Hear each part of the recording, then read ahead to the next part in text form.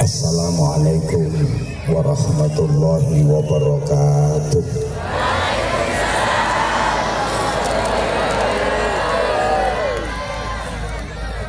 Bismillahirrahmanirrahim. Alhamdulillahilladzi faddala bani adama bil ulumi wal a'mal. Asyhadu an la ilaha illallah wahdahu la syarika lah, al-malikul jalal, wa asyhadu anna muhammadan abduhu wa rasuluh, as-sadiqul aqwali wal af'ali wal ahwal. Allahumma salli wa sallim wa barik ala sayyidina wa maulana Muhammadin ala kulli hal wa fi kulli hal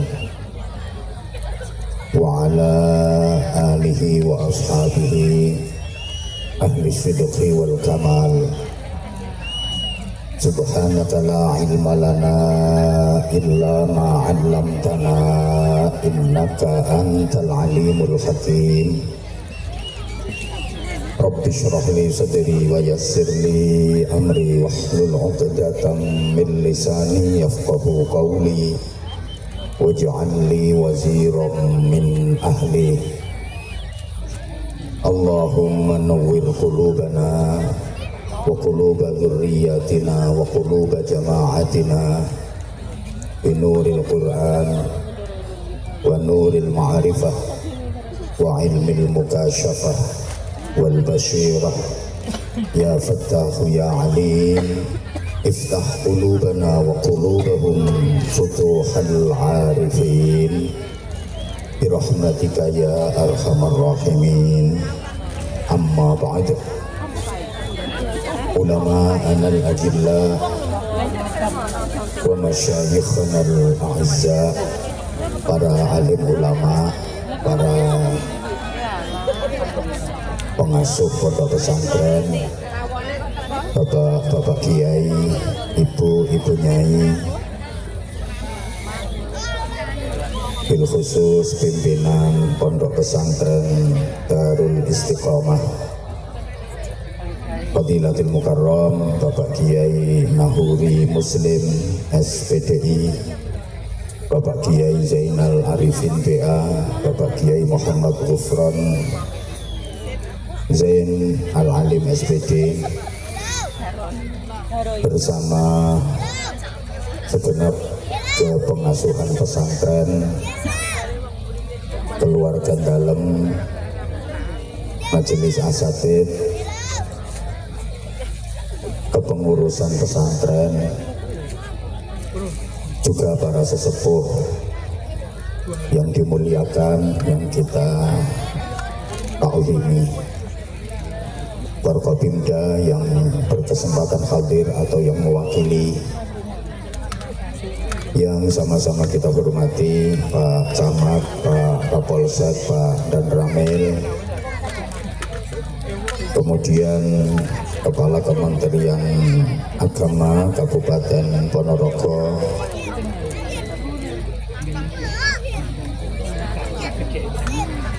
GPAC FKDT Kecamatan Balong, Kepala Desa, perangkat-perangkat desa, tokoh-tokoh masyarakat, semua tamu undangan,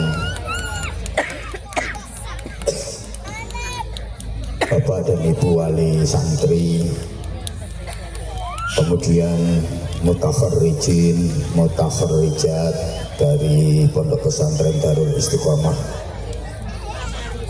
adik-adik santri putra dan santri putri, hadirin hadirat, mustami'in mustami'at, seluruh jamaah, mudah-mudahan semuanya dikaruniai panjang umur, sehat wa'afiyah fi ta'atillah, dikaruniai keselamatan zahiran wa batinan, dunyan wa ukhran, selamat akidahnya, selamat imannya, selamat keluarganya. Mohon keikhlasannya untuk membaca suratul Fatihah kita hadiahkan kepada muassis pendiri dari pondok pesantren ini beserta seluruh orang-orang yang ikut berpartisipasi dalam memperjuangkan pondok pesantren Darul Istiqomah. Mudah-mudahan amal baktinya, pengabdiannya, perjuangannya diterima baik dan mendapatkan pahala yang agung di sisi Allah Subhanahu wa taala. Al-Fatihah. A'udzu billahi minasyaitonir rajim. Bismillahirrahmanirrahim. Alhamdulillahirabbil alamin. Arrahmanir rahim. Maliki yaumiddin. Iyyaka na'budu wa iyyaka nasta'in. Ihdinas siratal mustaqim. Siratal ladzina an'amta 'alaihim ghairil maghdubi 'alaihim waladdallin. Rabbighfirli wa liwalidayya wa lil mu'minina amin ya rabbal alamin. Fatihah sekali lagi para jamaah dengan niat berdoa memohon kepada Allah Subhanahu wa taala, mudah-mudahan negara kesatuan Republik Indonesia yang kita cintai bersama dijaga keutuhannya oleh Allah, dijauhkan dari musibah, bencana dan mara bahaya. Untuk saudara-saudara kita yang sedang diuji dengan musibah, mudah-mudahan diberikan ketabahan, kesabaran, kekuatan, diberikan ganti yang sebaik-baiknya. Yang diwafatkan Allah mudah-mudahan wafat dalam keadaan syahid. Al-Fatihah. A'udzu billahi minasyaitonir rajim. Bismillahirrahmanirrahim. Alhamdulillahirabbil alamin. Arrahmanir rahim. Maliki yaumiddin. Iyyaka na'budu wa iyyaka nasta'in. Ihdinas siratal mustaqim. Siratal ladzina an'amta 'alaihim ghairil maghdubi 'alaihim waladdallin. Rabbighfirli wa liwalidayya wa lil mu'minina amin ya rabbal alamin. Para jamaah yang saya sayangi, saya hormati rahimakumullah. Perjalanan dari pondok pesantren Darul Istiqomah yang sudah 35 tahun, semoga ke depan makin syiar, makin maslahah, manfaah dan barokah. Amin Allahumma amin. Pondok pesantren ini berasal dari dua kata, pondok dan pesantren. Kalau diuraikan, pondok itu sesungguhnya bahasa Arab. Adik-adik kalau buka kamus, ada lafaz funduk, fa, nun, dal, qaf, bacaannya funduk, tapi karena lesan Jawa ya diambil enaknya pondok.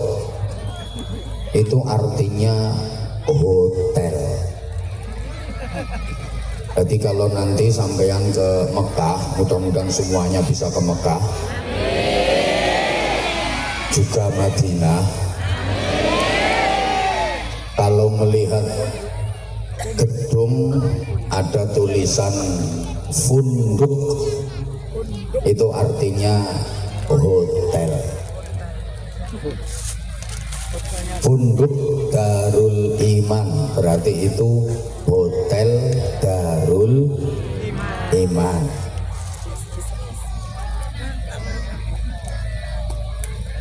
Funduk Darut Taqwa berarti niku artinya hotel Darut Taqwa.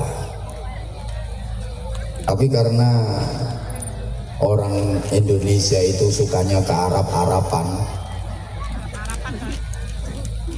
jadi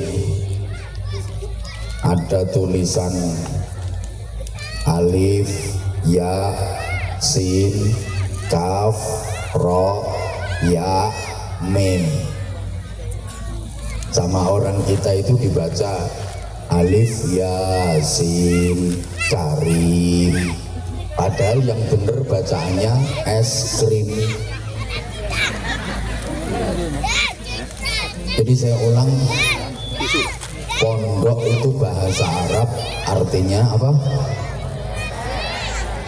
Bukan nyaut toh. Artinya hotel.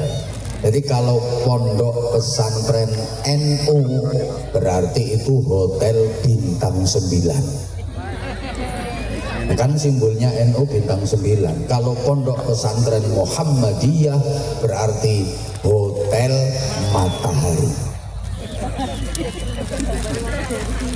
Pesantren itu ada yang mengatakan berasal dari bahasa India kuno, santra, artinya manusia yang dianggap suci, nggak punya dosa dalam kepercayaan India kuno, yang berhak menafsirkan kitab sucinya.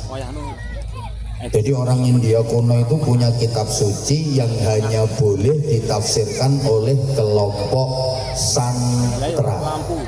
Kitab suci orang India kuno itu Red Veda, Atharva Veda, dan Sama Veda. Jadi sama tak apusi orang ngerti. Itu hanya boleh ditafsirkan oleh kelompok santra, orang-orang yang dianggap suci, nggak punya dosa.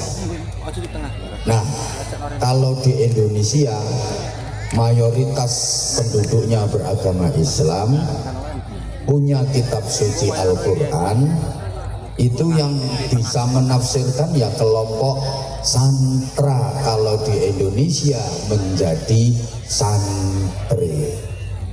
Allahumma sholli ala Muhammad.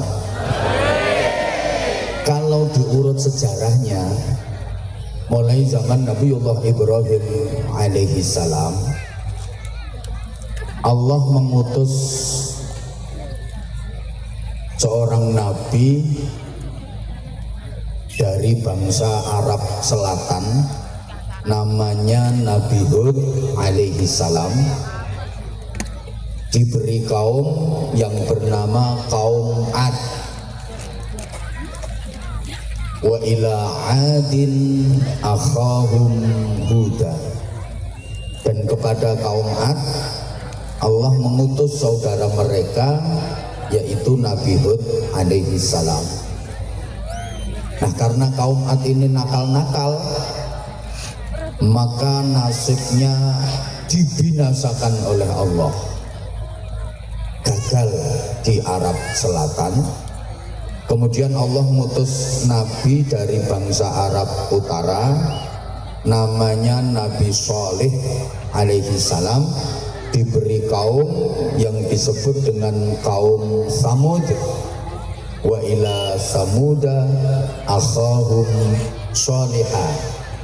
Dan kepada kaum Samud Allah mengutus saudara mereka Nabi Shalih. Kaum Samud ini juga nakal-nakal, nasibnya ya dihancurkan oleh Allah. Di Arab Utara juga gagal, Arab Selatan gagal, Arab Utara gagal. Kemudian Allah mengutus Nabi la minal kiduli wala minal lori bal minat tengai,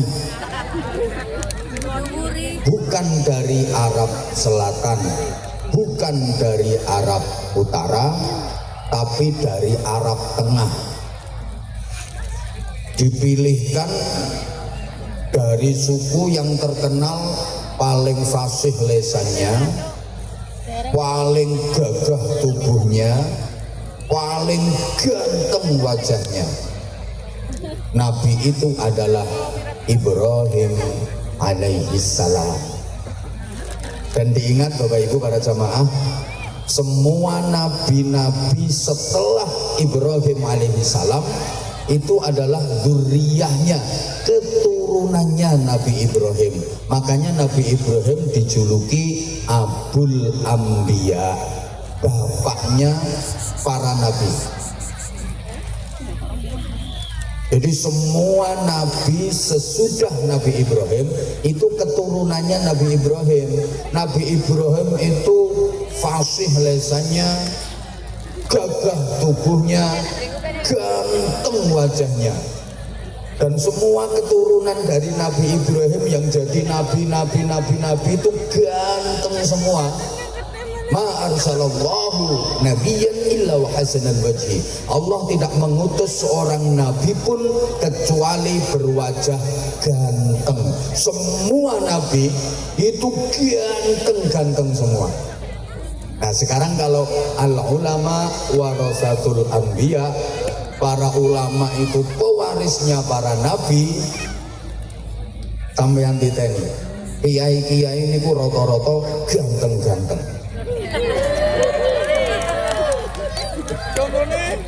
Kalaupun tidak ganteng, lek wis dadi kiai pasti ada aura tersendiri.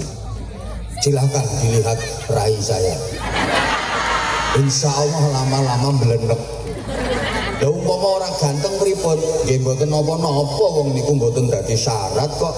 Innallaha la yanzuru ila suwarikum wala ila ajsadikum wala ila hasabikum walakin yanzuru ila qulubikum wa niyatikum. Allah tidak menilai wajahmu, bodimu, nasab keturunanmu, tapi yang dinilai Allah adalah hatimu, niatmu, iman dan takwamu. Nah ini dalile kiai sing orang ganteng kaya sing ceramah iki. Allahumma sholli ala Muhammad. Udah saya lanjut, tolong adik-adik jangan rame ya, biar ngajinya bisa tertib sayang. Nabi Ibrahim punya putra dari istri yang bernama Siti Hajar. Putra tersebut bernama Ismail alaihi salam.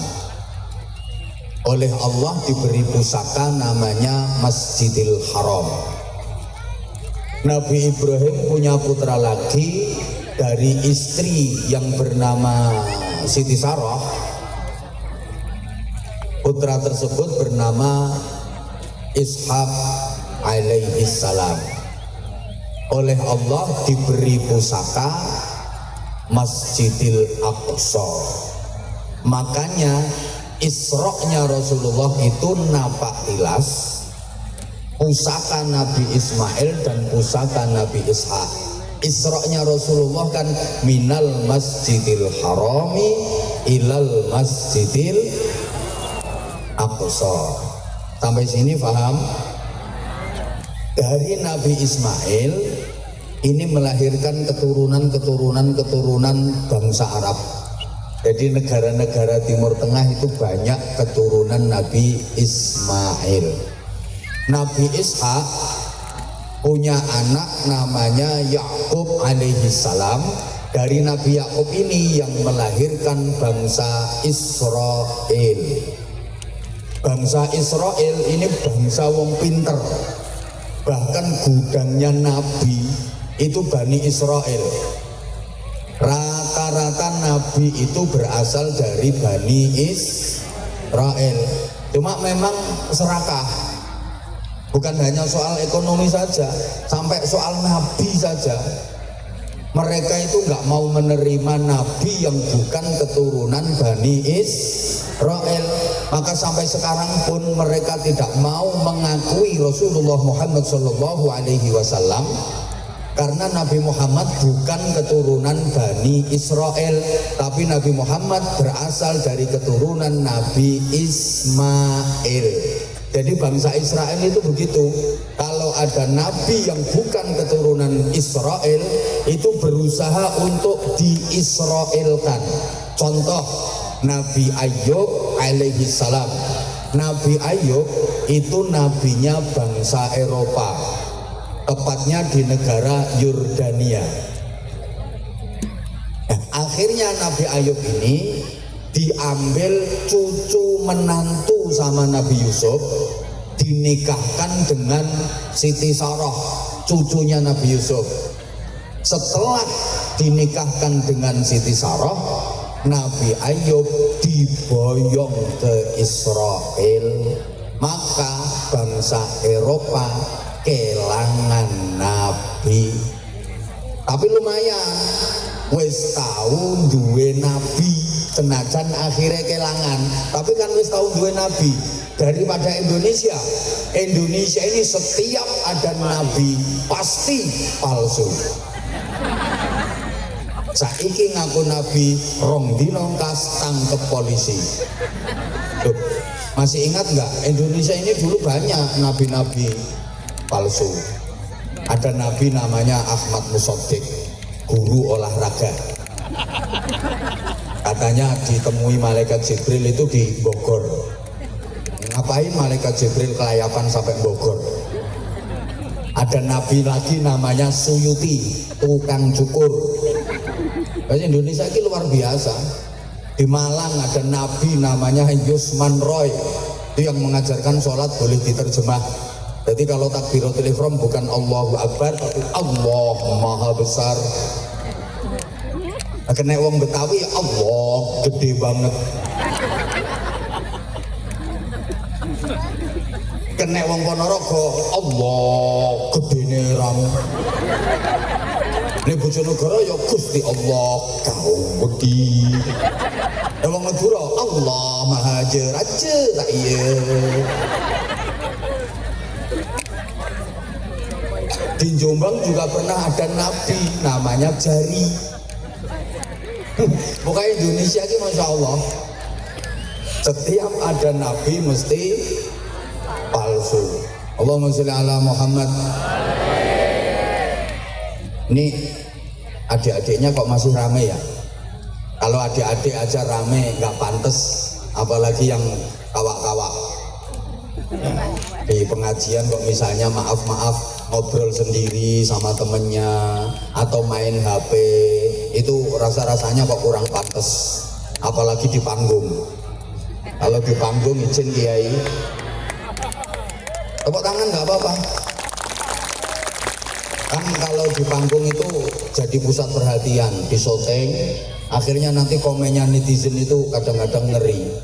Itu di panggung kok main HP sendiri ya. Meskipun nggak mendengarkan, mending ngelamun saja daripada main HP malah nanti dinilai negatif. Bukan karena kita pengen dinilai manusia, enggak, tapi yuk merusuhi majelis pengajian. Betul? Allahumma sholli ala Muhammad. Oke, sekarang saya lanjut runutan dari masjid. Tadi Nabi Ismail diberi Masjidil Haram, Nabi Ishak diberi Masjidil Aqsa.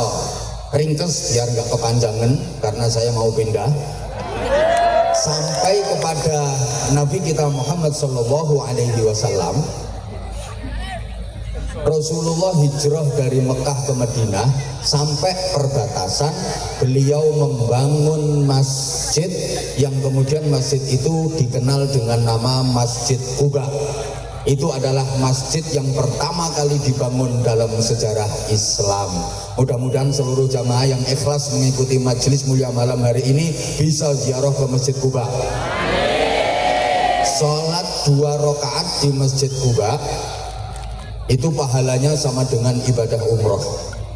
Nah kalau 4 rakaat pahalanya kayak umroh 2 kali. Gimana letaknya? Ya masuk wilayah Madinah. Mudah-mudahan seluruh jamaah ini diizinkan Allah untuk menjalankan ibadah umroh dan berziarah ke makam Rasulullah Sallallahu Alaihi Wasallam. Jadi realistis saja saya kalau mendoakan mudah-mudahan bisa umroh. Untuk mendoakan haji rasa-rasanya berat, bukan karena duit. Syarat haji yang paling berat sekarang itu as-sabru bil antri, karena antriannya udah 30 tahun. Ini coba disederhanakan oleh Kementerian Haji dan Umroh menjadi rata semua seluruh Indonesia, antriannya 26 tahun. Itu pun sudah sangat lama. Kalau penjenengan sekarang umur 60 tahun baru daftar, nanti berangkatnya umur 87 tahun. Tekan pora umurmu. Nek umroh kan masuk akal. Allahumma sholli ala Muhammad. Nah, Masjid Quba itu masjid yang menjadi kebiasaan Rasulullah untuk bermalam minggu. Jadi Rasulullah itu punya kebiasaan malam mingguan. Tapi malam mingguannya Rasulullah Sabtu sore berangkat dari rumah menuju Masjid Quba, imma masyian wa imma raqiban. Kadang-kadang jalan kaki, kadang-kadang berkendara. Dari rumah Rasulullah sudah wudhu, sampai Masjid Kuba enggak batal wudhunya, kemudian sholat di situ. Dan Nabi bersabda, siapa yang berwudhu dari rumah, bersuci dari rumah, kemudian menuju ke Masjid Kuba melaksanakan sholat 2 rakaat, maka dapat pahala seperti umroh. Kenapa Rasulullah setiap Sabtu sore menuju Masjid Kuba? Beliau tabarrukan dengan turunnya ayat la masjidun ussisa 'alat taqwa. Maka manusia itu nilainya dari takwanya, bukan dari pangkat jabatan kedudukannya, bukan dari kekayaan dan harta bendanya, bukan dari kepandaian dan kepintarannya. Maaf. Maka yang diberi titipan ilmu, kepandaian, kepintaran, jangan pernah disombongkan, karena nilai manusia bukan dari situ. Toh ilmu itu juga milik Allah, hanya titipan. Kalau Allah pengen mencabut ilmu, gampang, diuntir saraf otake sithik wae, cetik, langsung lelak-lelak, digawe pikun lontek ilmune. Betul? Ya Allah, sekarang aja kayak pinter-pinter, semua pertanyaan bisa jawab, gak ono yang balik. Ora usah sombong, turu lho wis ora kena dijak takoni. Betul? Demikian pula yang diberi titipan berupa harta, kekayaan, duit akeh, jangan pernah disombongkan. Nilai manusia bukan dari itu. Allah kalau pengen mencabut harta, kekayaan gampang. Sekarang kaya, dibalik yang jatuh kismin. Kismin ki sak ngisore miskin. Nolongso. Ya kalau tadinya miskin jadi kaya, paling-paling kaget. Nah kalau tadinya kaya jadi miskin, stres. Gini apa enggak? Ya Allah, ini didengerin apa enggak ya? Pangkat, jabatan, kedudukan juga titipan Allah, enggak usah disombong-sombongkan. Allah menilai manusia bukan dari di dunia ini kamu pangkatnya apa, jabatannya apa, enggak. Pangkat jabatan ada habisnya kok, pensiun entek. Kadang-kadang belum pensiun ada, belum purna aja udah selesai pangkatnya. Betul? Nah, kadang ada di titik pangkatnya sombongnya, nek melakukan degeng-degeng, kesenggol siki nesu-nesu, jangan macam-macam saudara sama saya. Saudara nggak tahu siapa saya, loh lali jenenge dewe. Padahal pangkatnya opo, wakil RT. Jadi manusia itu yang dinilai takwanya maaf. Nek sapi, kayak nilainya toko dagingnya. Semakin akeh dagingnya, semakin gede, semakin lemu, semakin larang. Sing lemu langsung mereng-mereng lu gue. Wih nek sapi. Tapi apakah semua binatang nilainya dari dagingnya, dari lemunya, dari gedenya? Enggak. Nyatane ono kok manuk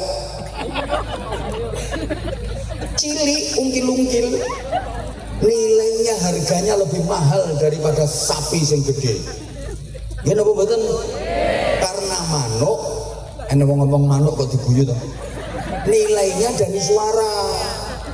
Kalau manuk nilainya dari suara, kalau sapi nilainya dari daging, dari lemunya. Nah kalau manusia nilainya dari apa? Lemunya. Yuk ono saingan karo sapi. Dari takwanya. Allahumma sholli ala Muhammad.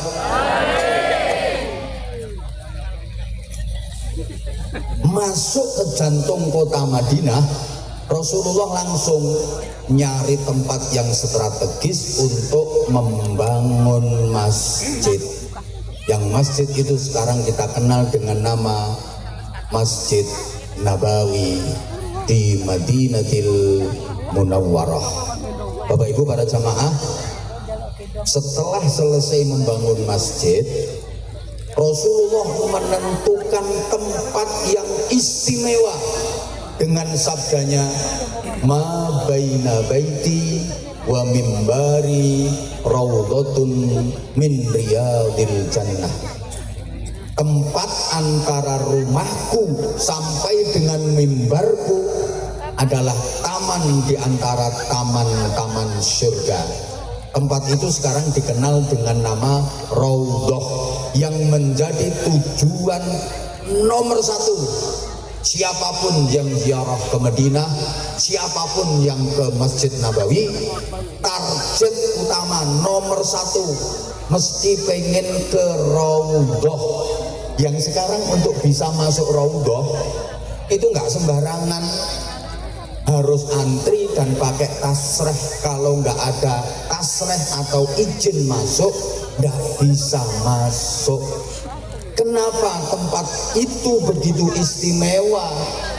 Ya karena Rasulullah saja menyebut itu adalah taman surga. Sholat, zikir, berdoa, iktikaf di situ sama dengan berada di taman surga. Masya Allah, hutan mereka. Nah, kenapa tempat itu yang dinamakan taman surga? Kok bukan semua bangunan Masjid Nabawi disebut taman surga semua? Kok hanya tempat itu yang ukurannya kurang lebih 28 kali 16 meter, kurang lebih, saya sendiri nggak sempat meteri. Kenapa hanya tempat itu yang disebut taman surga? Kok enggak seluruh bangunan masjid disebut taman surga? Karena di tempat itulah Rasulullah mendirikan pondok pesantren. Di tempat itu Rasulullah mengajar sahabat-sahabatnya, mendidik murid-muridnya. Jadi pondok pesantren itu mulai zaman Rasulullah sudah ada. Ini modelmu kok kaya ora percaya ngono diomongi. Halo?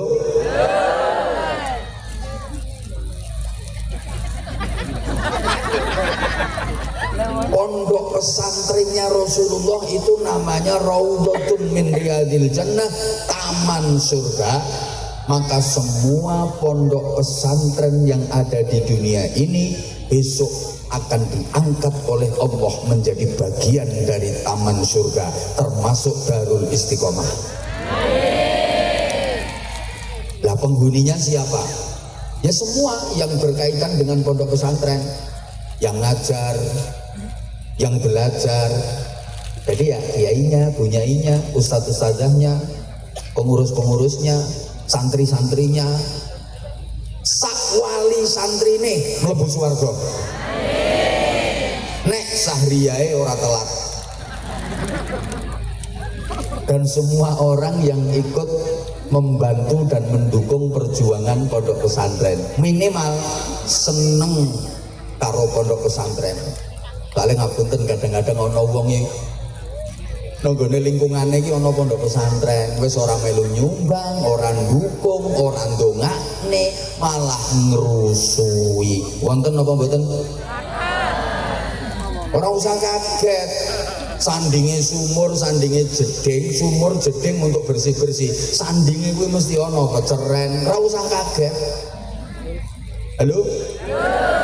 Perjuangannya Kanjeng Nabi yo dirusui Abu Jahal, Abu Lahab. Mboten usah kaget. Sama nek berjuang terus wonten penghalang, ana aral, ana rintangan, wis niku gandengane. Allahumma sholli ala Muhammad. Nah, Bapak Ibu para jamaah rahimakumullah, santrine Kanjeng Nabi niku nggih kathah saking tebih-tebih. Wonten santri sing berasal dari Jerman, namanya Suhaib Ar-Rumi. Cobi toh, niki wong Eropa, dari Romawi Jerman datang ke Madinah, mondok tenggene Kanjeng Nabi. Wonten saking Asia Barat, Persia, namanya Salman Al-Farisi, mondok ning Kanjeng Nabi. Bahkan wonten saking Afrika, Bilal bin Rabah. Mulane pondok pesantren serius, pondok pesantren sepuh tingali, santrine rak saking tebih-tebih. Makanya pondok pesantren itu nek wis tenanan, santrinya dari jauh-jauh. Sampeyan titeni lho pondok-pondok pesantren sing wis serius tenanan-tenanan niku. Santrine tuh adoh-adoh. Mulane ngapunten lek santrine lagi mutek sak RT rong RT yo aja berbangga diri dulu. Niku nembe rodok pondok. Kiai nek serius niku santrine mesti saking tebet-tebet. Iki ngrungokne ora to wong-wong iki. Saman koyoke ora percaya nek Kanjeng Nabi nggih pondok pesantren. Nggih, sahabate Kanjeng Nabi itu ada yang dikenal sahabat Ansor, ada sahabat Muhajirin. Sahabat Ansor itu yang asli penduduk Madinah. Sahabat Muhajirin itu asli penduduk Mekah, hijrah pindah ke Madinah. Nah, ini ada sahabat yang la minal Ansor wala minal Muhajirin.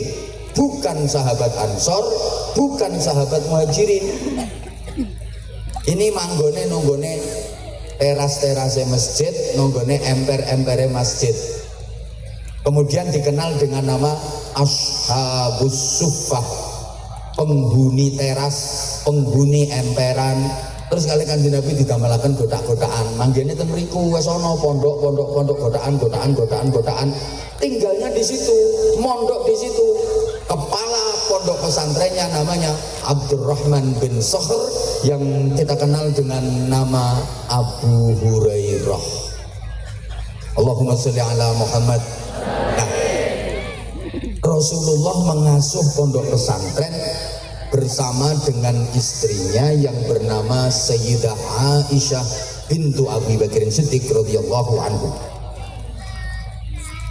Di antara istri-istri Rasulullah yang diajak ngasuh pesantren niku Sayyidah Aisyah. Makanya Kanjeng Nabi dawuh, sepeninggal Sayyidah Khadijah wafat, Kanjeng Nabi dawuh, inna ahabban nisa ilayya Aisyah wa inna ahabbar rijal ilayya abuha. Wanita yang paling aku cintai di dunia ini adalah Aisyah. Sedang laki-laki yang paling aku cintai di dunia ini adalah ayahnya Aisyah, Abu Bakar Siddiq. Kenapa istri Rasulullah yang paling dicintai Sayyidah Aisyah? Apa karena beliau cantik? Ternyata bukan. Bukan karena beliau cantik. Memang Sayyidah Aisyah itu cantiknya luar biasa. Sampai Rasulullah manggilnya itu mesra banget. Ya Humairah, wahai yang cantik putih kemerah-merahan. Kalau di sini kayak mana ya Aisyah itu ya, cantiknya ya. Izin dan ini ya kesempatan saya ya pas gini tok ini dan kayak penceng yo ngaco. Masa Aisyah ngomong enggak ada, kita tambah lemu ini. Enggak ada. Saking cantiknya. Tapi bukan karena itu Rasulullah paling mencintainya. Kenapa? Ya karena Sayyidah Aisyah yang diajak ngasuh pesantren karena keilmuan.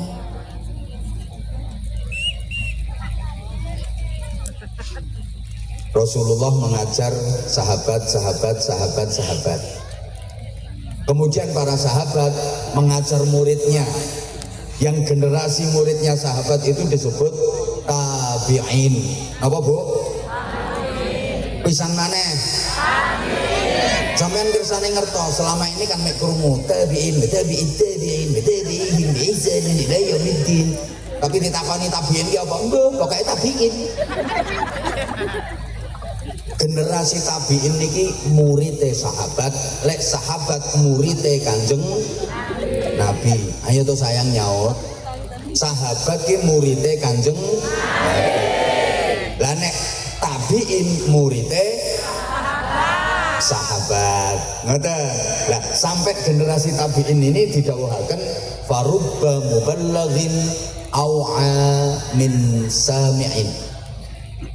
Akeh wong sing dikandani luwih bisa madai ilmu tinimbang sing krungu langsung. Sing krungu langsung teko Kanjeng Nabi para sahabat. Kalau tabi'in ora krungu langsung teko Kanjeng Nabi, tapi dikandani para sahabat. Banyak generasi tabi'in yang lebih bisa menampung ilmu dibanding para sahabat. Makanya kalau kita teliti Bapak Ibu para jamaah, khususnya ustadz dan ustadzah, disiplin-disiplin keilmuan dalam Islam itu banyak yang lahirnya pada generasi tabi'in, kaya ilmu tafsir, ilmu usul fikih, ilmu nahwu, itu lahirnya pada masa tabi'in. Zaman sahabat belum ada. Kalian pernah dengar Sayyidina Abu Bakar Siddiq bahas nahwu misalnya, Sayyidina Umar bin Khattab bahas sorob? Tidak ada. Allahumma sholli ala Muhammad. Jadi disiplin-disiplin keilmuan berkembang pesat, melahirkan berbagai macam disiplin ilmu itu pada generasi tabi'in. Nuwun sewu. Makanya biasanya pondok pesantren akan mengalami masa keemasan itu di generasi ketiga, cucu. Saat ini Darul Istiqomah kan baru generasi kedua, betul? Astagfirullah, orang nyautin. Pendirine sampun sedo. Saat ini namanya generasi kedua. Belum masa keemasan Istiqomah, Darul Istiqomah. Harus tetap optimis. Biasanya nanti puncaknya pada generasi ketiga. Putra-putrane beliau-beliau. Nek beliau-beliau iki sik dereng niki wong sik kaya ngene modele. Ijen Kiai.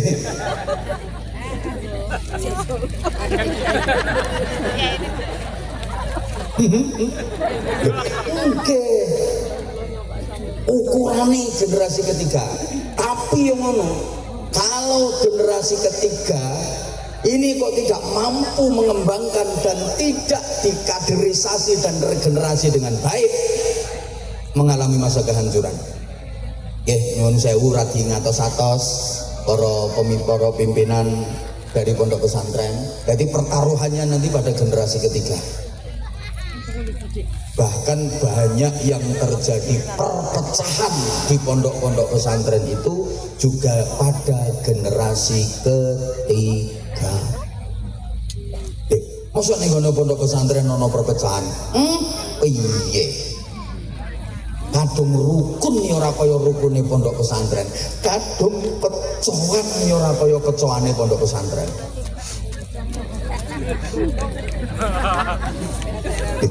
Ulang ngemotake. Halo.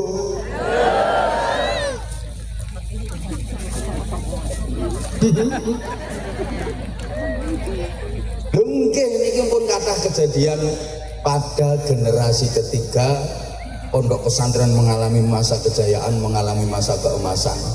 Tapi juga banyak pada generasi ketiga itu pondok pesantren mengalami masa kehancuran. Artinya kehancuran itu ya entek santrine, hanya tinggal nama. Loh, saya tidak memeden-medeni, enggak. Tapi bagaimana para sahabat mendidik murid-muridnya tabi'in menjadi generasi-generasi hebat, sehingga ini bisa dijadikan ukuran. Seorang guru disebut sukses kalau bisa mempunyai murid yang kapasitas dan reputasinya melebihi gurunya. Allahumma sholli ala Muhammad.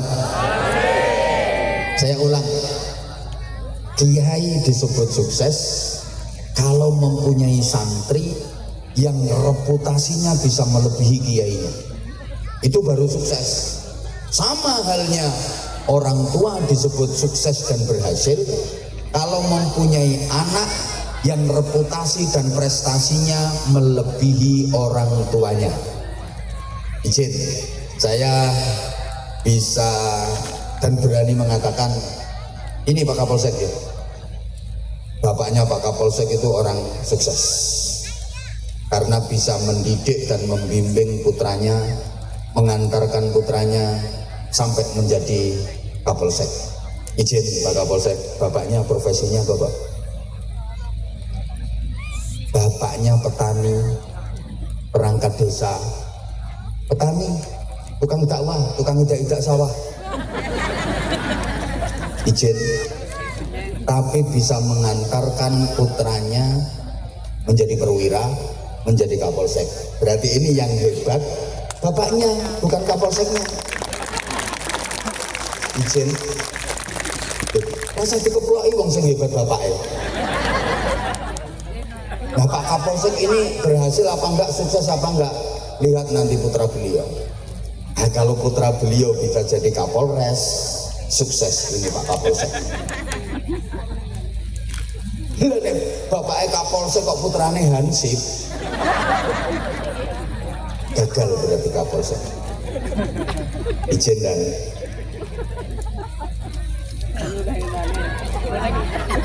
sama Pak Dan Ramil juga begitu. Yang hebat itu bukan Dan Ramilnya, ayah beliau. Mungkin ayah beliau petani, mungkin ayah beliau pedagang, tapi bisa mendidik, mengantarkan menjadi kapten. Putranya menjadi Dan Ramil. Lah Pak Dan Ramilnya sukses apa enggak? Ya lihat nanti putranya Pak Dan Ramil. Kalau putranya nanti bisa jadi Dandim, nah ini sukses berhasil Pak Dan Ramil. Putranya Pak Dan Ramil ketua RT, ya berarti gagal Pak Dan Ramil. Saya juga mohon izin, saya bukan apa-apa, saya bukan siapa-siapa. Kalaupun disebut berhasil, yang berhasil adalah orang tua saya, guru-guru saya. Yang hebat itu guru-guru saya, kiai-kiai saya. Saya hanya debu, bukan apa-apa. Karena kalau tanpa orang tua saya, tanpa mbah-mbah saya, tanpa guru-guru dan kiai-kiai saya bukan apa-apa, saya bukan siapa-siapa. Nah, saya ini berhasil apa enggak? Ya nanti anak saya seperti apa? Kalau anak saya bisa melebihi saya, berarti saya berhasil. Nah, kalau anak saya nggak bisa melebihi saya, ya berarti saya gagal. Halo? Pondok pesantren ini juga begitu. Akan berhasil ketika bertambah dekade, tambah berkembang. Tambah dekade, tambah berkembang. Makin manfaat, makin barokah. Bukan hanya dari segi kuantitas, santrinya tambah banyak, itu juga belum bisa dijadikan ukuran. Tapi yang terpenting justru adalah kualitas. Serius ini bahasannya ini. Halo. Wes selesai. Ringkes. Turun. Tadi dari Nabi Ismail, Nabi Ishak sampai ke Rasulullah, sahabat, tabiin, turun sampai ke Indonesia, sampai ke Ponorogo, sampai Balong. Masuk ke Indonesia ini dibawa oleh para aulia, para ulama sekitar abad ke-14 pasca runtuhnya kerajaan Majapahit. Jadi Bapak Ibu para jamaah, dibanding negara-negara lain di dunia ini, Islam masuk ke Indonesia itu agak telat, abad ke-14. Ini secara pergerakan ya, kalau secara individu di abad ke-12 sudah ada, tapi secara pergerakan baru pada abad ke-14. Padahal Islam sudah merambah ke wilayah lain di dunia ini di akhir abad ke-6 dan di awal-awal abad ke-7.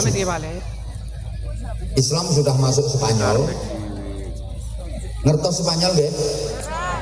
Kidule Siman.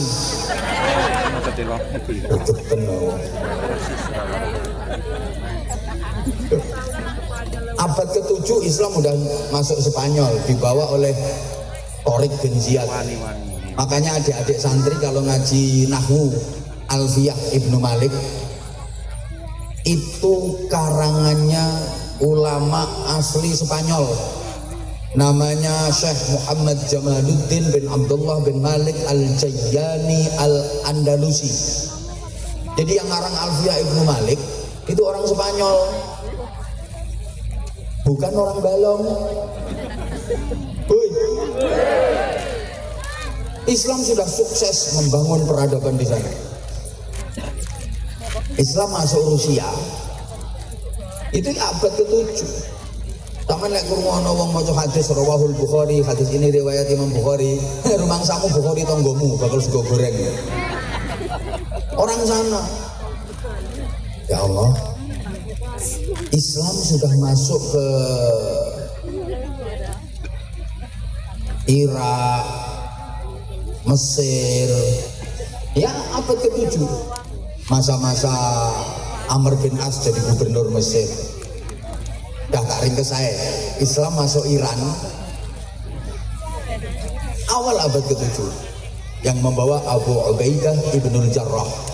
Makanya adik-adik santri Pondok Darul Istiqomah lek ngaji kitab Fathul Qorib Al-Mujib, itu karangannya siapa? Syekh Ahmad bin Husain bin Ahmad Al-Asfihani.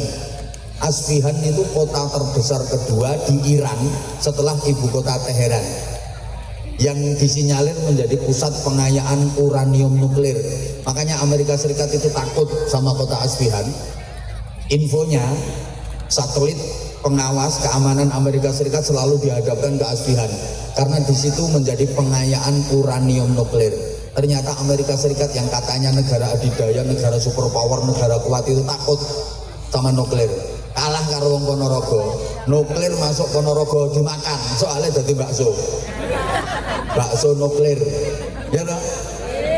Ternyata wong Indonesia ki sakti-sakti, panganane bakso granat. Aku kapan itu pas lewat di Ponorogo ki ono warung itu tulisannya sedia nasi bebek sambal mercon. Wong Ponorogo sambelnya mercon. Indonesia ini ternyata sakti-sakti. Bener, tongsengnya dipangan, tong karo seng lo dipangan. Bocah cilik-cilik, cambalong cilik-cilik, doyan molen jajal. Molen nih dipangan karo cah cilik-cilik. Wong ibu-ibu kletis mangan jajan, apa bu? Kuping gajah, jajal. Indonesia ini sakti-sakti ternyata. Kapal selam ya dimplok, gulane ae pasir, batu. Mulane lek Amerika kae jarene wis tekan bulan, ala paling ning kono trimo ngencepno gendera. 6 bulan pamer-pamerno. Wong balong nek blonjo ino matahari.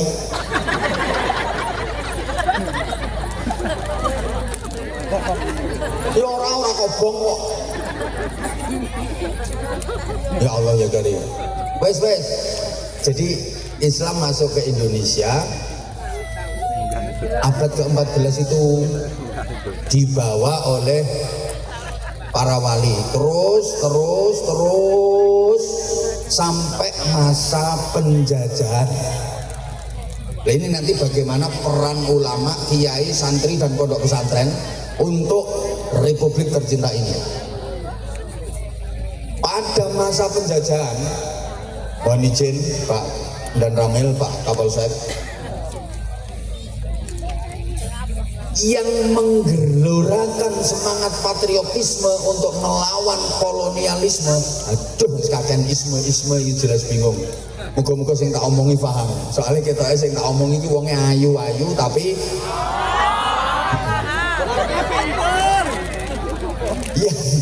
yang menggelorakan semangat perlawanan melawan penjajah itu ternyata para kiai, para ulama. Loh, kenapa kok para kiai, para ulama? Bukan tentara, bukan polisi. Izin, waktu itu tentara belum lahir, apalagi polisi belum belas. Izin dan memang iya kok, belum lahir. Masyarakat itu kalau ada urusan apapun larinya ke kiai. Dulu, halo, sampai anaknya masyarakat Indonesia ini kan nggak boleh sekolah sama Belanda. Dan nanti kalau anaknya orang Indonesia ini sekolah, pinter-pinter, wah bahaya, bisa melakukan perlawanan kepada penjajah. Nggak boleh sekolah. Yang boleh ikut sekolah khusus anaknya bangsawan, minimal anaknya bupati. Anaknya bupati ke atas yang ningrat, yang bangsawan saja yang boleh ikut sekolah. Bupati mengisor, anak-anaknya gak oleh melu sekolah. Kayak anake camat, anake kapolsek, anake dan ramil ora entuk melu sekolah. Lah terus pendidikannya bagaimana? Semua larinya ke pondok pesantren. Pendidikan dari anak-anak masyarakat semuanya ke pondok pesantren, dan di pondok pesantren itulah mereka digembleng untuk mencintai tanah air, ditanamkan kuat hubbul waton minal iman, cinta tanah air bagian dari iman, ditanamkan kuat melawan penjajah hukumnya fardu ain. Kalaupun mati, matinya mati syahid. Itu ditanamkan di pondok-pondok pesantren. Mulane masyarakat niku nek karo kiai manut. Jadi problematika keumatan itu bisa diselesaikan pada tingkat kiai. Zaman biyen ngoten. Masyarakat itu urusan apa wae marane rak tenggene kiai. Nggih napa nggih? Nanti tekan saiki masyarakat lek karo kiai manut. Mulane lek badhe pilih pilihan ngoten niku, mbok pilihan kepala daerah, mbok pilihan DPR, ya calon-calonnya mesti do marana gone kiai, lebek kok main kiai. Dijaluki dukungan, soalnya ngerti nek masyarakat manut karo kiai. Sing arep nyalon kae. Demoro kabeh nang ngene kiai, walaupun kok nek wis dadi yo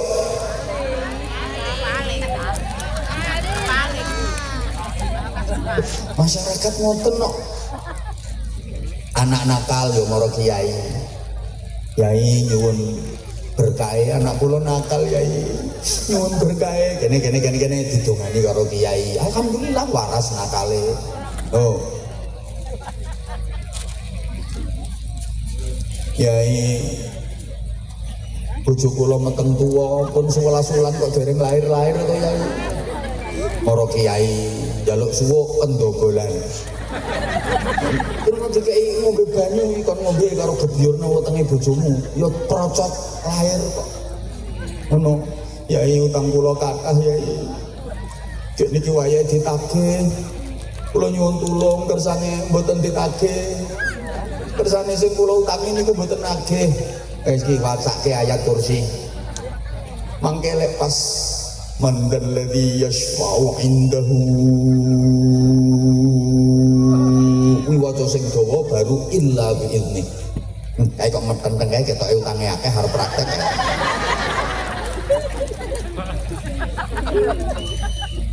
Ngono yo ora ditagih tenan kok. Utang kula kathah yai nyuwun dongane kersane cepet lunas. Gampang. Wacake ayat kursi ping 10.000 tanpa ambekan. Lunas wong-wong. Kenapa mawon wong biyen niku karo kiai? Kiai bojo kula niki kok cerewet eram. Esuk ngomel lawan ngomel, sore ngomel, kula nyuwun donga sing kena nggo bungkem cangkeme wong wedok ya. Wis gampang kae wacake sumum bukmun umyum fahum la yarjiun. Jadi paringi padahal kiai ini nembe berarti celatu bojone. Kalau ana donga Jawa nek iki jan ampuh tenan iki. Penting iki nganggo bapak-bapak sing bojone cerewet.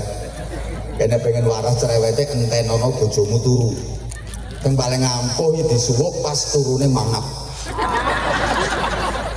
Nek wis kira-kira tanek dik turune mangap kae, paman lungguh sandinge wacake. Sebut jenenge bojomu. Pomo kok bojomu ki jenenge Sumiati. Bismillahirrahmanirrahim. Ciliko cilikem. Bumi mengong. Cangkeme Sumiati mingkem. La ilaha illallah Muhammadur Rasulullah. Disebul ke cangkeme.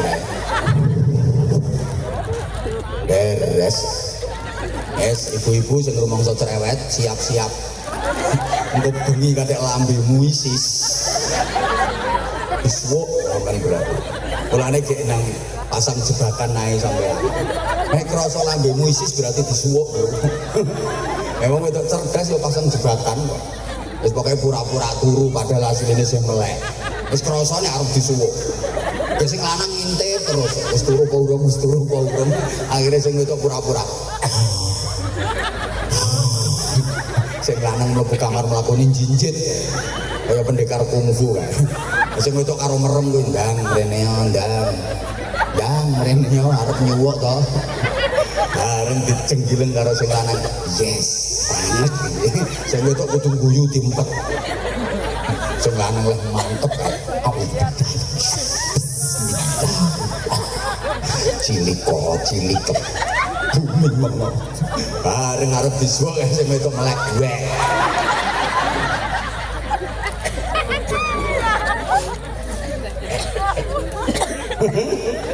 Biyen ngono kok. Apa-apa maro kiai ya. Makanya kiai itu menjadi solusi dari semua problem keumatan sehingga bisa menggerakkan masyarakat untuk melakukan perlawanan melawan penjajahan. Allahumma sholli ala Muhammad.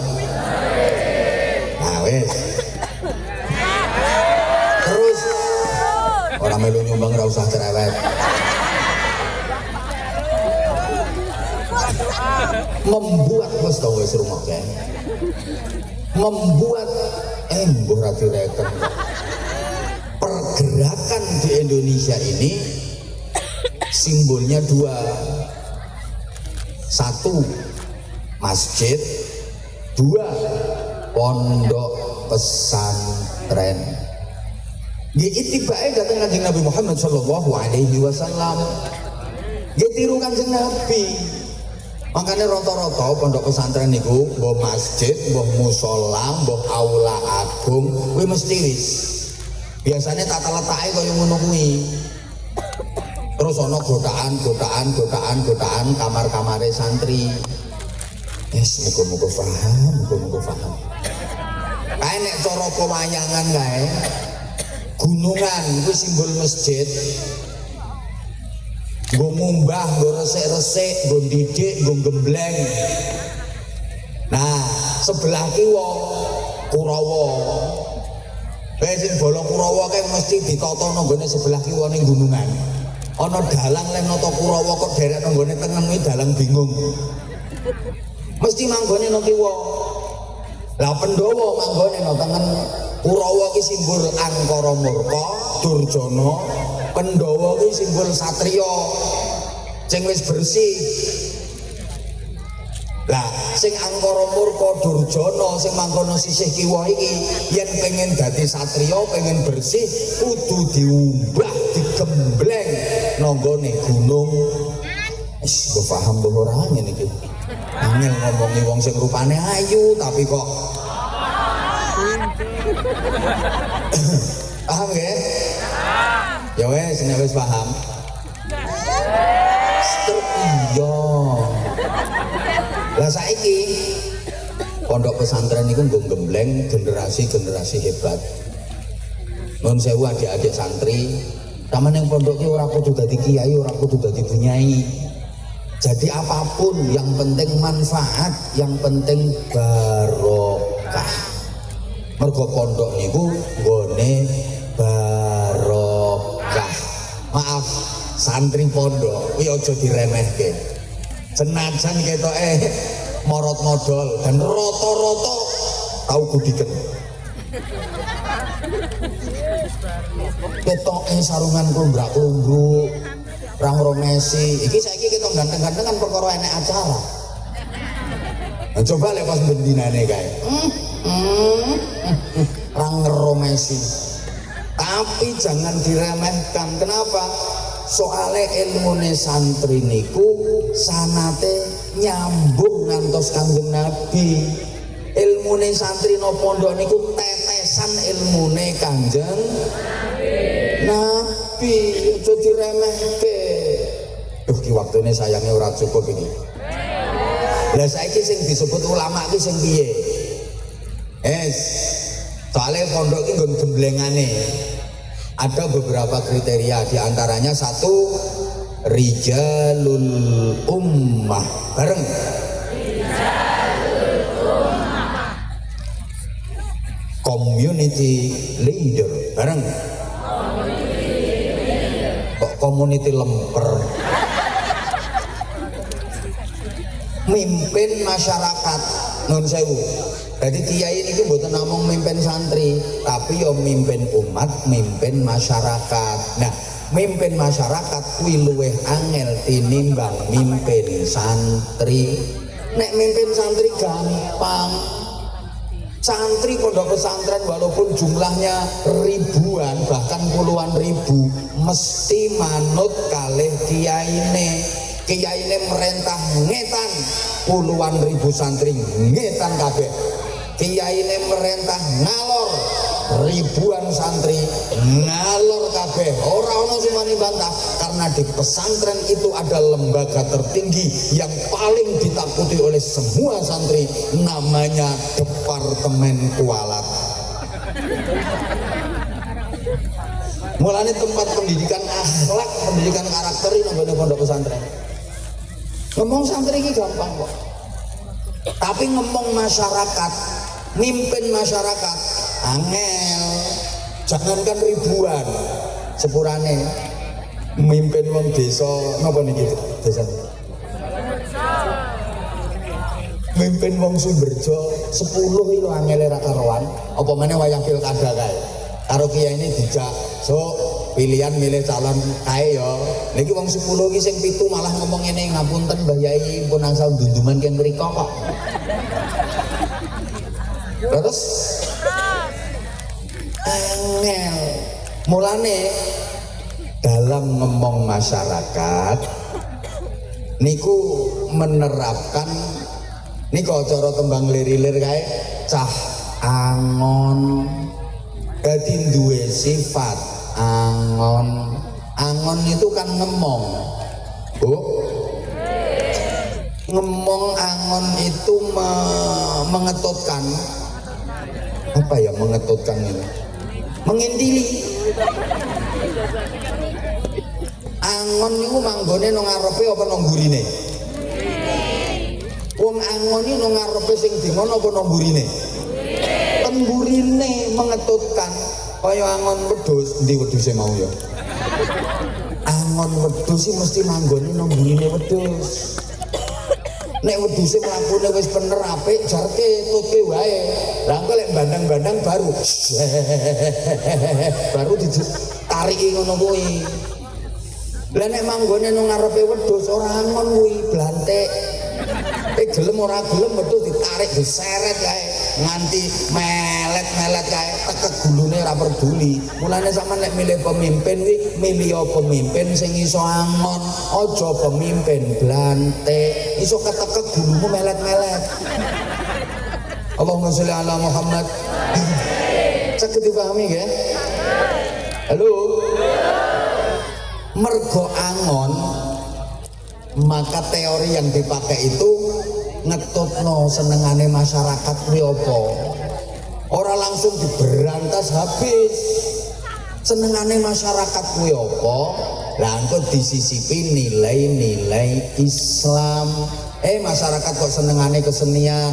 Oke, dakwahnya lewat kesenian diselingi disisipi nilai-nilai agama. Wong Ponorogo senengane reog. Dakwah Islam lewat media reog, senengane wayang, mendakwahkan agama melalui media wayang. Angko lakon pewayangane disisipi nilai-nilai agama, senengane gending-gending, tembang-tembang, ciptakan gending-gending yang di situ kalimat-kalimatnya mengandung filosofi agama. Mulane ono gending-gending gereh, cublek-cublek, gundul-gundul, seluku-seluku, turi-turi. Lah kuwi nah iki saiki pangapunten sangat wonten permintaan rumiyin saking panitia untuk mengedarkan kotak amal diberi waktu untuk pesantren. Ini masuk bagian dari jariah Bapak Ibu. Kesempatan jenengan arep bangun pondok pesantren dhewe ora iso, ora potongan, dirimu tidak patek gablek dhuwit. Tapi lek bareng-bareng ngeten iki, Masya Allah, jenengan mangke saged pikantuk ganjaran kolektif. Alhamdulillah. Ayo ki grup sholawat 1-2 lagu sambil ngiringi santri-santri untuk mengedarkan kotak amal kangge pondok pesantren. Oke, monggo Bapak Ibu disiapkan infak terbaiknya. Nanti saya lanjut ngajinya dan kalau masih ada waktu mudah-mudahan bisa bagi-bagi sarung cop. Ayo monggo. Allahumma sholli ala Muhammad. Pondok pesantren mengucapkan terima kasih infak dan jariahnya penjenengan, jazakumullah khairan katsira wa jazakumullah ahsanal jaza, amin Allahumma. Saya lanjut dulu karena community leader, emotional quotient, alah ngomong apa gitu. Makanya berhasil kalau penjenengan jeli gaya penyebaran Islam yang dilakukan oleh para wali jauh lebih sukses dibanding dengan penjajah. Penjajah di Indonesia ini kan bukan hanya menjajah ekonomi, tapi juga menjajah akidah. Mereka juga menyebarkan agama, tapi agama yang ditawarkan oleh penjajah tidak laku. Yang sukses besar adalah Islam yang diperjuangkan oleh para aulia dan para ulama. Soalnya gayanya ngetotke kuwi. Kadang-kadang lek mulang ini ku sederhana. Non sewu cobi. Kanjeng Sunan Derajat iki ndhawuhi masyarakat masa parep kalah karo kodhok. Wong kodhok iki nek diparingi nikmat kae padha ngaji kok. Apa nggih to Kanjeng Sunan? Rungokke to lek rampung diparingi nikmat rupa banyu udan kae, kodhok-kodhok do ngaji kae. Dirungokke lah kok tenan. La in syakartum la azidannakum wala in kafar. Nah, kodhoke ngalah rene. Inna azabi lasyadid. Wis sing ora pati iso ngaji ya men maca qul huwallahu ahad, qul huwallahu ahad, qul huwallahu ahad, qul huwailai. Apa mana sing bodoh kae meng maca qul in kuntum, qul in kuntum, qul in kuntum. Tiru tawon jere Kanjeng Sunan Giri. Maksudnya pripun Mbah Yai? Lha tawon ki uripe nggo dzikir nyang Gusti Allah. Napa nggih? Lha tawon mabur kae suarane rumangsamu rak ming gembrembeng kae dzikir kae tawon kae. Allah nyebut asmane Allah kae. Allah. Yen ora percaya cekel siji tempelke kupingmu. Rungokke ora Allah ora ngono. Lha wong bebek iki maca tasbih terus kok. Wong-wong iki krungone ra. Wis sejatine subhanallah. Ra ngandel ya wis. Syukur aja kalah karo sapi. Sapi ki rampung dikei mangan, rampung dikei ngombe kae do maca hamdalah kae. Alhamdulillah. Apa persis? Matur suwun nggih, matur suwun nggih. Ilate wong Jawa niku angel dikon ngonekke Arab. Lapangan ombo iki nggone wong sing macem-macem. Nggone wong werna-werna. Lah macem-macem werna-werna kuwi bahasa Arabe al-laun. Al-laun iki maknane macem. Al-laun maknane macem. Dadi macem-macem berarti bahasa Arabe al-laun. Ilat Ponorogo arep ngonekke al-laun kangelan alun. Arep ngomong syahadatain repot sekaten. Kalimah syahadah angel, kalimah sodo syamir khairan fatrukil bago repot semar gareng petro. Ini ngulangi ibadah kayak orang langsung disebut sholat. Mergo napa? Wong biyen niku dereng kenal sholat, ning wis kenal pangeran. Ibadahe piye? Manembah Sang Hyang.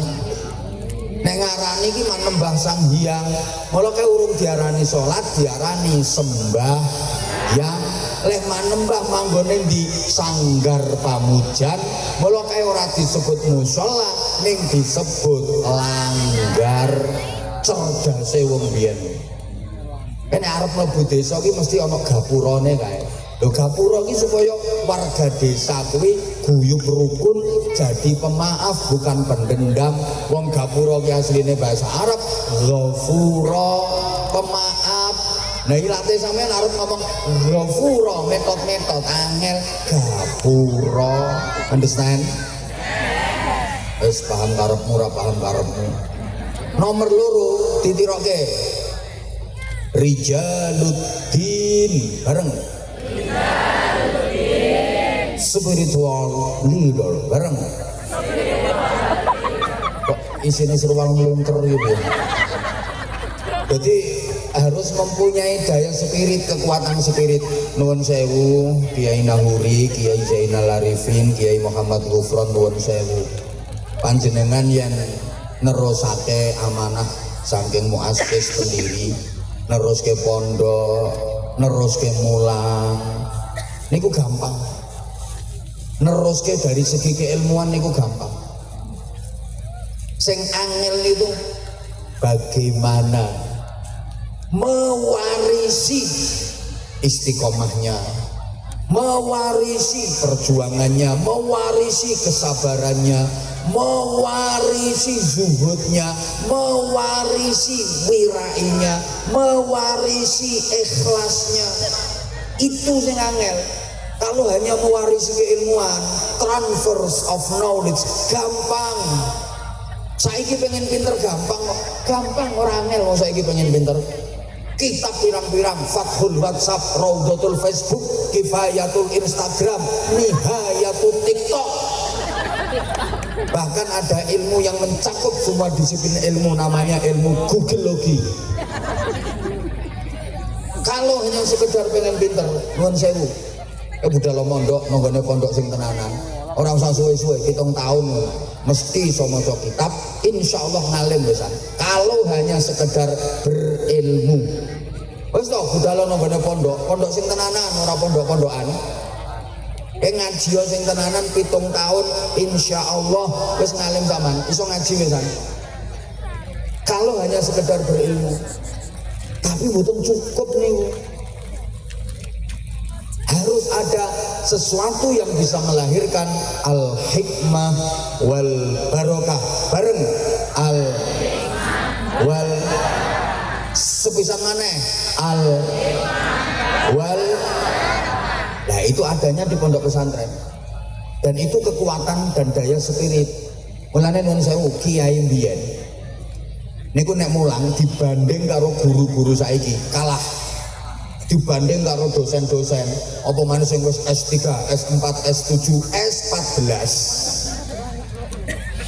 Oh kiai-kiai mbiyen kalah, kiai-kiai niku mboten enten sing gadah gelar akademis. Kula kok dereng kepireng kiai-kiai zaman biyen kok enten doktor IR, terus mburine MSI, MPDI, MHI, MM, MH, SH, terakhir BH. Ora ono. Gayane mulangnya kadang mboten penak dibanding karo ustaz-ustaz saiki, kalah. Wong donga ora patek fase kok. Allahumma inna nasaluka salamatan fitin wa ngafiyatan fil jasad. Iya datang bil ilmi wa barokatan fil rezeki. Tobatan qoblal maut, rokematan indal maut. Saiki kan fase-fase. Ustaz-ustaz itu Rabbana atina fid dunya hasanah wa fil akhirati lah ngene kok ambek indili-indili merotoli. Ya kadang ngulangi ora cetha kok. Kayak kita apa wis blobor. Sasane iki wis blobor, kita lawas nganggo kacamata kandel kae. Mulang santrine kae.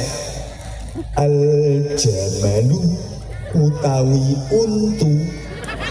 Unta lho diwaca untu. Lah santri iki kuwi sing ngerti kae. Niku maknane unta Mbah Yai, aku wis ngerti.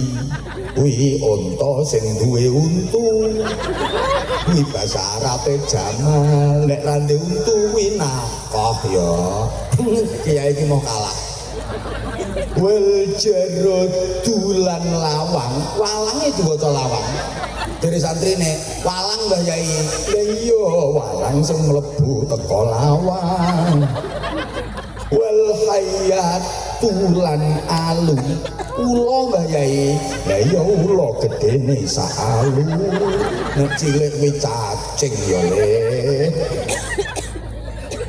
Wal ghanamu lan kembang, kambing Mbah Yai, kambinge mangan kembang.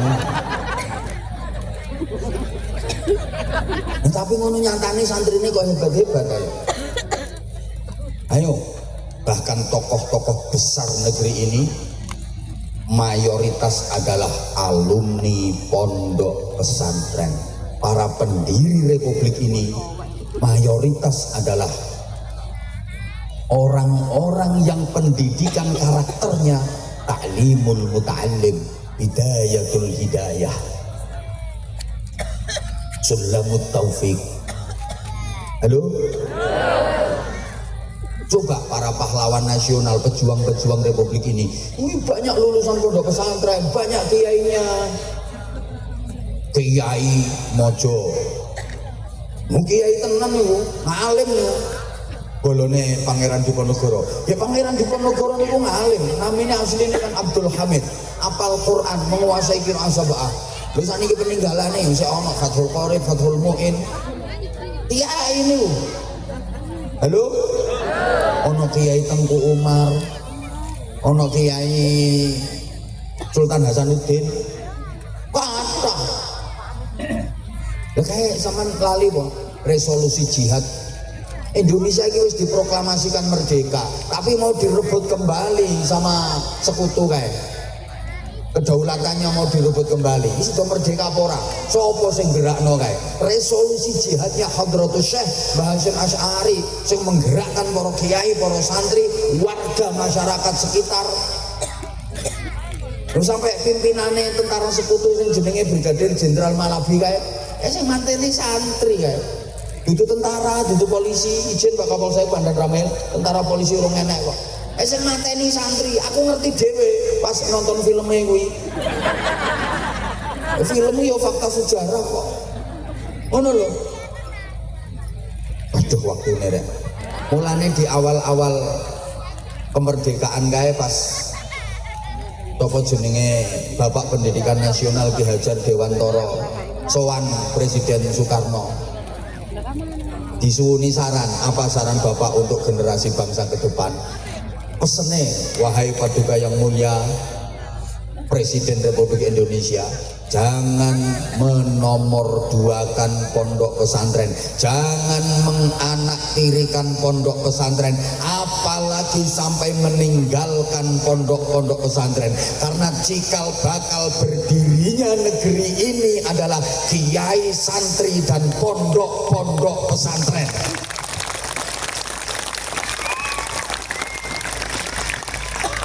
Pondok pesantren melahirkan kemerdekaan, kemerdekaan baru melahirkan sekolahan sampai perguruan tinggi. Maka nenek diurut sekolahan perguruan tinggi putune pondok pesantren.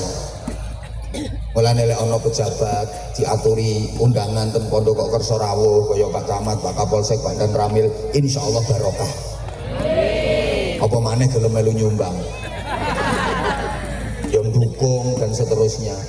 Titenono pejabat soko wae katik mengkhianati pondok pesantren mesti kuwalat, mesti tenanan nih. Halo, halo. Jadi ternyata pendidikan asli Indonesia yang sampai sekarang masih lestari ya pondok-pondok pesantren. Maka mudah-mudahan keberadaan Darul Istiqomah ini benar-benar bisa sesuai dengan namanya, istiqomah ila yaumil qiyamah.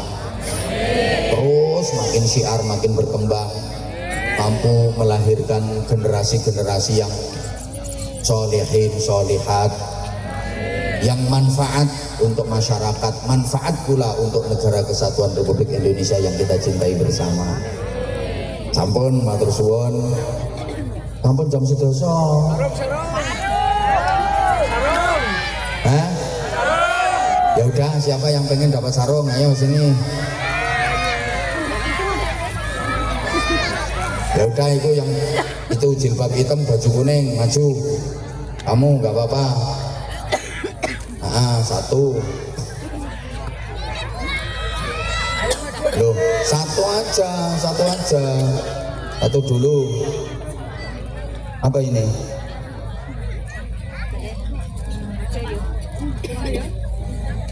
Oh, apa maksudnya? Oh, dibagi-bagi. Nggih, badhe dibagi niki. Patahe. Nggih. Ya di situ aja nggak apa-apa, Dok. Soalnya ada pagernya. Kasih mic mawon, kasih mic, nggih. Nah, di situ mawon. Di situ, yo kamu yang sini kok malah anaknya mbok panggil situ.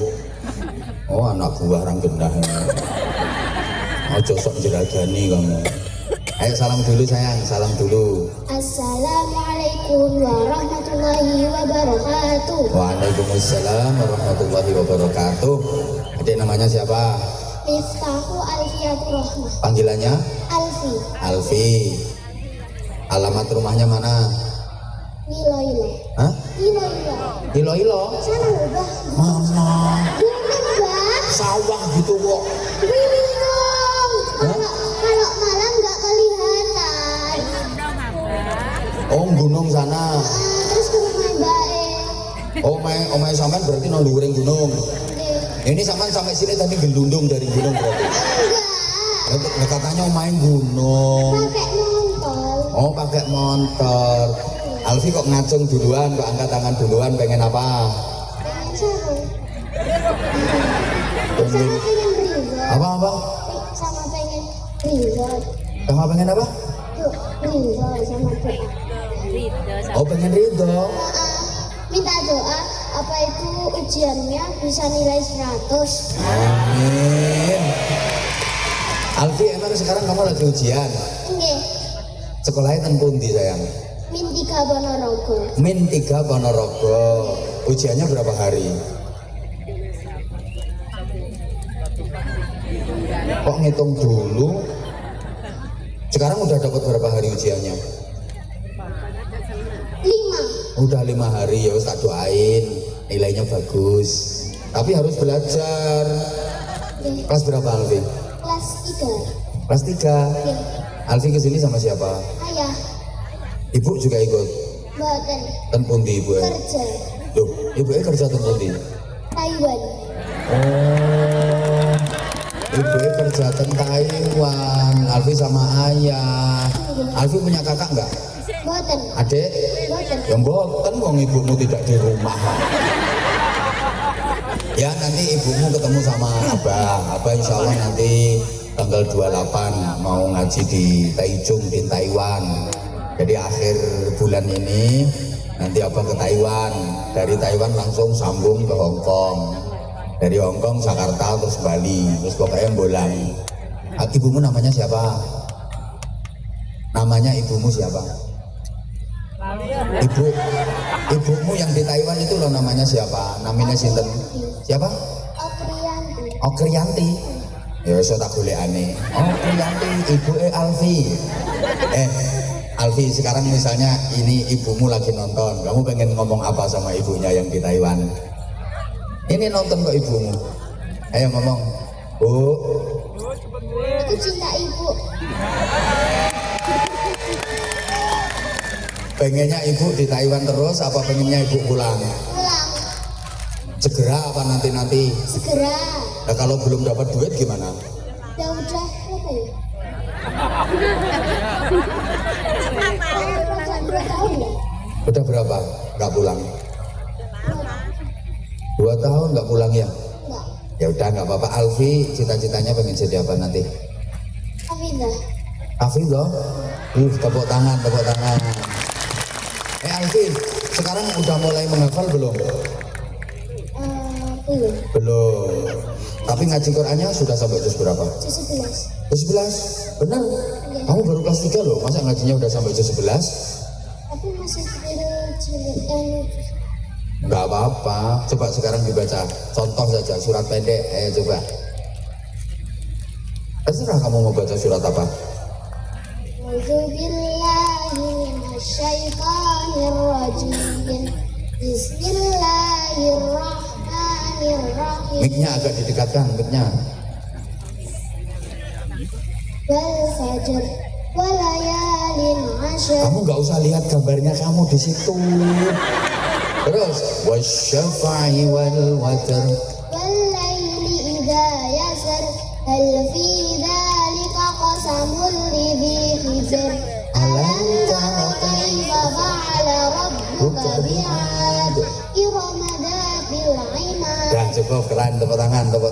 Seneng aku. Alfi, kamu tadi memang pengen dipanggil sama Abah? Enggak, dari lama. Udah dari lama? Kenapa kau pengen dipanggil sama Abah? Gak mau. Kok nggak apa-apa? Emang Alfi suka ya sama Abah? Iya, fans. Buktinya apa kalau Alfi fans sama Abah? Apa buktinya? Subscribe.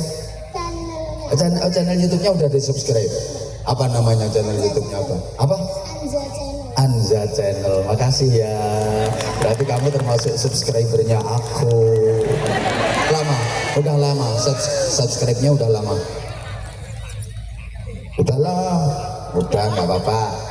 Kamu tadi angkat tangan itu sebenarnya kamu mau tampil apa? Kan anak-anak yang dipanggil sama Abah itu mau diperlihatkan satu prestasinya, dua dicari potensinya, biar jadi contoh untuk anak-anak yang lain. Kayak ini tadi kamu baca Qur'annya bagus, baca Qur'annya fasih, seneng Abah.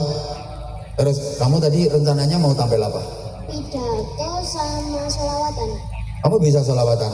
Bisa. Coba sedikit, ngajinya tadi sudah tartil, sekarang sholawatan. Ayo coba. Alfi, kalau pegang mic gini, di depannya gini, jangan di bawah sini, kalau di bawah kurang. Gitu, ayo. Mugharam qalbi bi hubbika mugharam ya Mustafa al-Mukarram ya Rasulullah. Udah langsung jamalat. Jamalat ma fismi masafit misru'ain asar fuadi widadi badrit tujah yasin. Dah cukup, baru kelas 3 loh ini. Sekarang pidato bahasa Jawa apa bahasa Indonesia? Bahasa Indonesia. Bahasa Indonesia, ayo. Salam dulu. Hah? Ya iyalah, salam dulu kalau mau pidato. Adabnya ke sana biar lihat jamaah. Assalamualaikum warahmatullahi wabarakatuh. Waalaikumsalam warahmatullahi wabarakatuh. Yang terhormat Kiai Anwar Zaid atau Aba Anza serta para jamaah yang berbahagia. Pada kesempatan ini saya akan menyampaikan pidato yang berjudul Adab kepada kedua orang tua. Cocok. Kenapa saya memilih judul ini? Karena saya sangat mencintai kedua orang tua dan saya sangat prihatin melihat situasi dan kondisi zaman sekarang yang begitu memprihatinkan. Padahal orang tuamu di Taiwan. Banyak anak-anak disuruh malah menyuruh, diperintah malah membantah. Contohnya anaknya sekarang pakai jilbab warna hitam. Ya apa enggak? Kalau disuruh malah merintah. Ya apa enggak? Hah? Ayo lanjut sayang, lanjut. Pekerjaannya hanya ruhut, citopul, cuma ngerumpi-ngerumpi, makan-makan, dan kumpul-kumpul.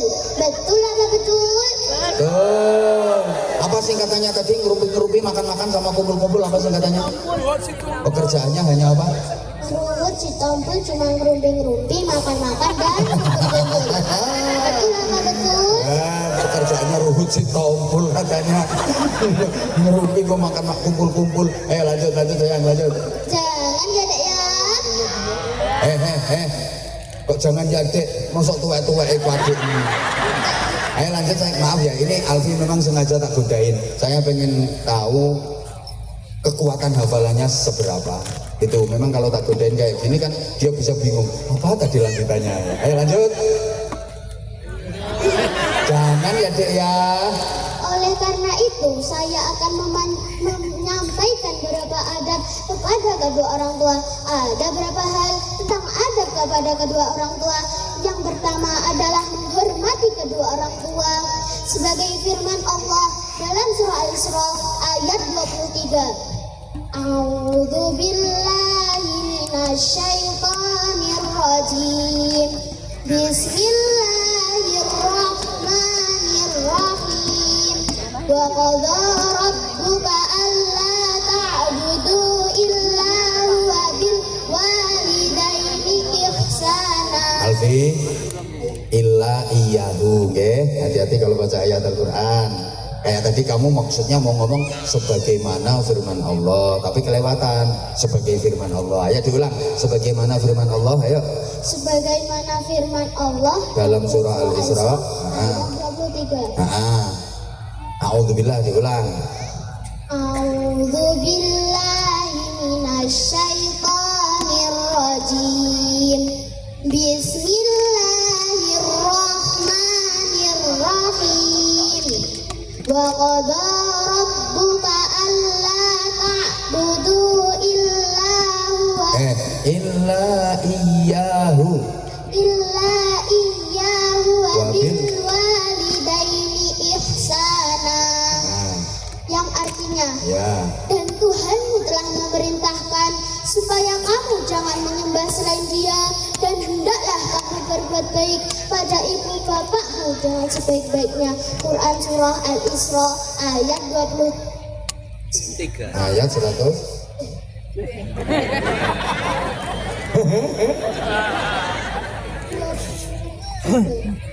Ayo lanjut.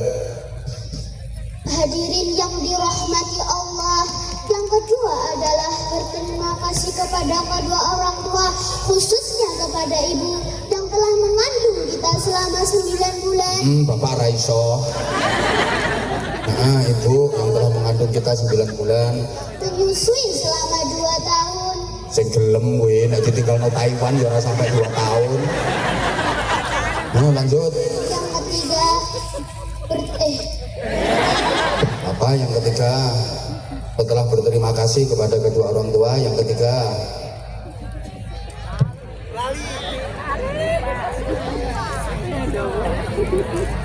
Yang ketiga, kalau kita mau menjadi anak yang salihah, maka kita harus selalu berbakti kepada kedua orang tua.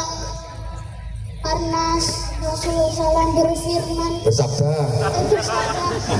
Ad-du'a asyiratul mu'minin. Doa itu pedangnya orang-orang mukmin. Dah cukup sekian, ditutup. Cukup sekian yang dapat saya sampaikan. Ada pantonya apa enggak? Enggak ya, ditutup. Cukup sekian yang dapat saya sampaikan. Billahi taufik Wal hidayah waridwan. wal inayah wassalam. Assalamualaikum warahmatullahi wabarakatuh. Waalaikumsalam warahmatullahi wabarakatuh. Tepuk tangan. Wah, ini mentalnya udah bagus, hafalannya lumayan bagus. Terus belajar ya nak ya. Belajar terus. Kamu mau hadiah sarung? Mau. Sarungnya cap apa? Mangga. Kamu kok tahu sarung cap mangga, tahunya dari mana? Sering nonton. Oh, sering nonton. Ini tak kasih yang spesial yang ada fotonya Abah Anza series.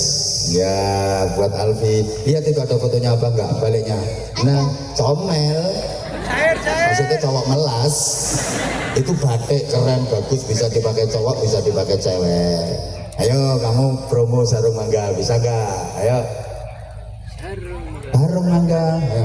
Sarung mangga. Sarungnya Abah Anjay. Kalau nggak pakai sarung mangga, nggak bahaya kan? Bahaya kalau nggak pakai sarung mangga. Ya udah, kamu biasanya kalau berangkat sekolah bisa money berapa? 50. Soalnya pakai kartu ID card. Oh, pakai kartu ID card. Satu hari 50.000. Ya enggak, buat seminggu. Oh, 50 buat seminggu. Ya udah, tak kasih 500. oh 500. Ya katanya tadi bagus. Hah? Apa? Tadi katanya bagus. Yo, aku ngelem kamu. Tak kasih buat sebulan. Kalau buat sebulan berarti berapa? 1 juta. 500.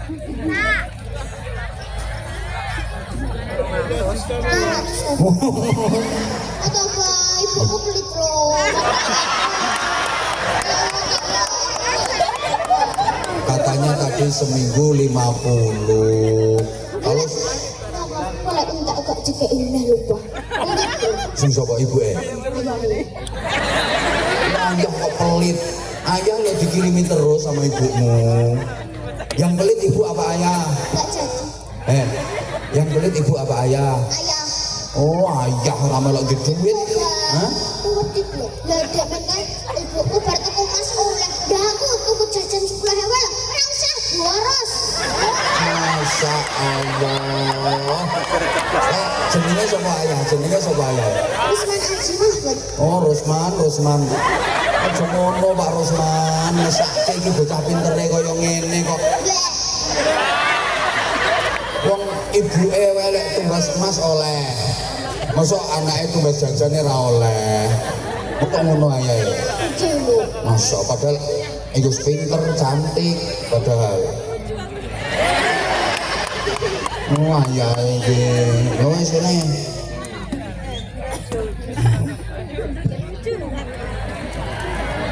Seratus. Kenapa? Hah? Ibu coba, please coba. Ya ibuku wedit coba. Ya kan kalau 1 bulan berarti 50 kali 1 bulan ya 200. Jadi dari juga anu ngomong ayamku sebulan 100. Ayah ngono. Please toh, please. Please coba 300 bang. Iki karo tak kei kilo 2 iki. Nah, 2. Ah, karo 200. Makasih. Rezeki nomblok. Rezeki anak soleh. Anak solihah. Nah, Yuk setengah-tengah 250 ya. ya. Meski pertengahan iki jenenge. Ah, 250. Kasih semoga rezekinya lancar. Amin. Panjang umur. Amin. Tambahi lagi. Tambahi 20 mau enggak?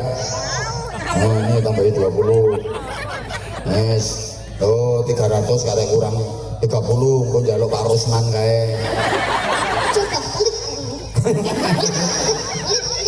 Pak Rusman, anak pintere gini, anak cantiknya gini, apa tak ambil anak aku? Kamu mau enggak anakku? Alfi. Bener? Seneng mana jadi anak Pak Rusman sama anaknya Abah? Makanya nanti mondok di tempatnya Abah ya. Iya, Bang. Nah, berarti tadi anaknya Pak Rusman sama anaknya Abah. Keren kamu, suka aku sama kamu. Belajar terus ya sayang ya. Oke. Nah, tepuk tangan untuk Alfi. Nah, saya dengan berat hati saya nggak bisa karena ini udah. Assalamualaikum warahmatullahi wabarakatuh. Waalaikumsalam warahmatullahi wabarakatuh. Makasih Alfi, pinter banget kamu, keren. Ya, saya dengan berat hati mohon maaf. Sebenarnya tadi saya pengen 3 atau 4. Tapi ya karena panitia tadi udah tak kasih tahu. Panitianya udah dikasih tahu, tolong kalau bisa diupayakan apa jam 8 udah naik. Ternyata jam 8 baru mulai, ini setengah 9 baru dinaikkan. Ini aja saya udah melanggar. Biasanya saya jam 10 maksimal harus sudah selesai. Ini aja saya udah melanggar yang kedua. Ya, mohon maaf.